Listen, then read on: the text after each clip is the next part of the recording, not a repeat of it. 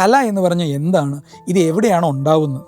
ഒരു ആർട്ടിസ്റ്റിൻ്റെ ഇൻ്റലിജൻസിൽ ഉണ്ടാകുന്ന ഒരു കാര്യമല്ലേ കല?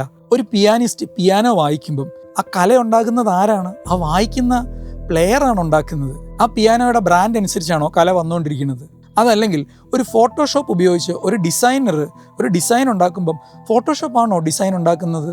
ആ ആർട്ടിസ്റ്റിൻ്റെ തലയിൽ അല്ലെങ്കിൽ അയാളുടെ മൈൻഡിൽ ഉണ്ടാകുന്ന കാര്യമല്ലേ?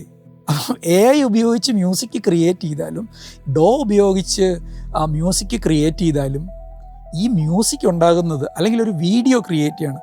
ഞാൻ AI ഉപയോഗിച്ചിട്ട് വീഡിയോ ക്രിയേറ്റ് ചെയ്തിട്ടുള്ള ആളാണ്. ഞാൻ AI ഉപയോഗിച്ചിട്ട് ഡിസൈനിങ് ചെയ്തിട്ടുള്ള ആളാണ്. ഈ ഡിസൈൻ മുഴുവൻ എൻ്റെ ബ്രെയിനിൽ അല്ലെങ്കിൽ എൻ്റെ ഐഡിയയിൽ ഉണ്ടാകുന്ന കാര്യങ്ങളാണ്.